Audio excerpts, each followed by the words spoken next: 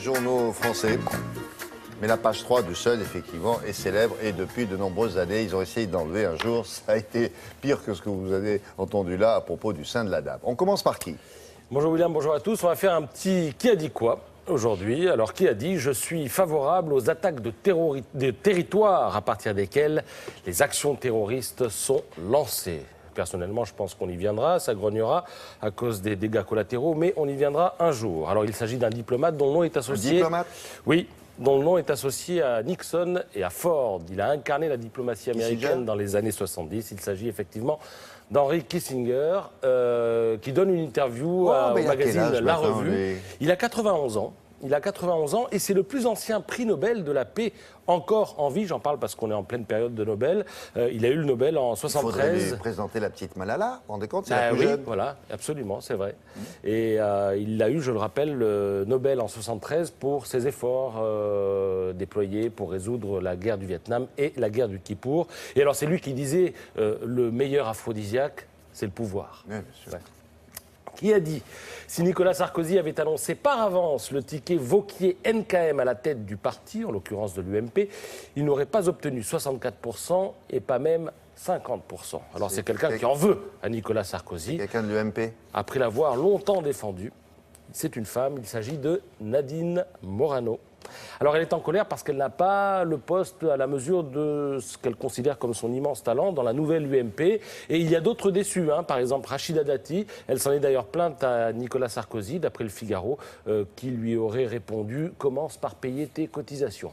Voilà pour oui, c'est ça, c'est l'affront des sarkozystes historiques, si j'ose dire. Historiques, qui disaient nous et nous et nous. Et oui, voilà. Qui a dit « Mao Tzu, Frau Merkel, fermez-la, Madame Merkel ».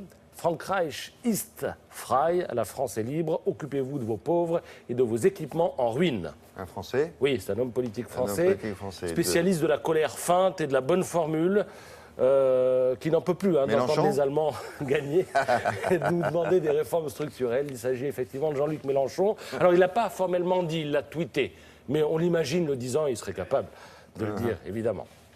Qui a dit ? Dans le futur, un salarié connaîtra sans doute au cours de sa carrière jusqu'à 7 métiers. Alors c'est un des acteurs de la vie économique du pays, c'est le patron des patrons. Il s'agit donc de Pierre Gattaz. 7 métiers? Oui.